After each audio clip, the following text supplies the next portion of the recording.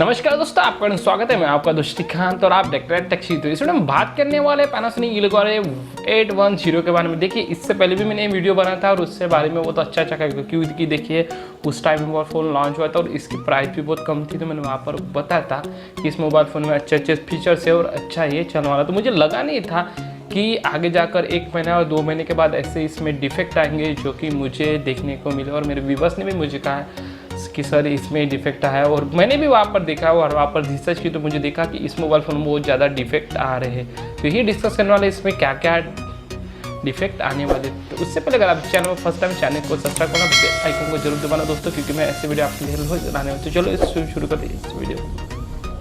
तो सबसे पहले बहुत ही मोबाइल फ़ोन में देखने को डिफेक्ट मिला, जो कि है कनेक्टिविटी का। यहाँ पर देखिए ना तो ये मोबाइल फ़ोन वाईफाई से कनेक्ट हो पाता है, ना ही ये डाटा ऑन हो पाता है। तो ये मेजर प्रॉब्लम है और ये सॉफ्टवेयर की प्रॉब्लम है, जो कि सॉफ्टवेयर की प्रॉब्लम आ रही है। बहुत ज़्यादा मोबाइल फ़ोन में देखने को मिले कि ये प्रॉब्लम आ रही है और व्यूवर्स भी बहुत करेंगे इसमें। और यहाँ पर देखिए पैनासोनिक eluga वाला मोबाइल फ़ोन है ना, इसकी प्राइस भी बहुत उतर गई है। जब मोबाइल फ़ोन हुआ था 8,500 में मिलता था, अभी 6,500 या 6,000 में मोबाइल फ़ोन आपको मिल जाता है। वारंटी 2GB और 32GB रोम के साथ ये वेरिएंट आ रहा है और उसमें फिंगरप्रिंट सेंसर भी रहता है। मुझे लगा था कि पैनासोनिक का मोबाइल फ़ोन इतने सारे फीचर्स के साथ ऐसे कम कीमत में क्यों दे रहा है। इसके पीछे मुझे लगता है थोड़े से पैसे भी बढ़ा सकता था, लेकिन ऐसी चीज़ ही नहीं देना चाहिए। पैनासोनिक से बहुत गलत किया, जो कि इसमें बहुत सारे डिफेक्ट आ रही है। पहली डिफेक्ट हो रही है सॉफ्टवेयर की, सेकंड डिफेक्ट आ रही है ओवर हीटिंग हो रहा है।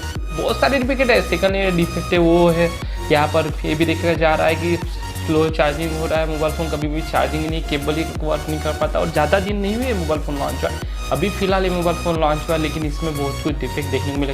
कैमरा वर्क नहीं करता, ये भी डिफेक्ट देखने को मिला था। कुछ एप्लीकेशन यहाँ पर इंस्टॉल नहीं हुआ थे, ये भी देखने को मिला था।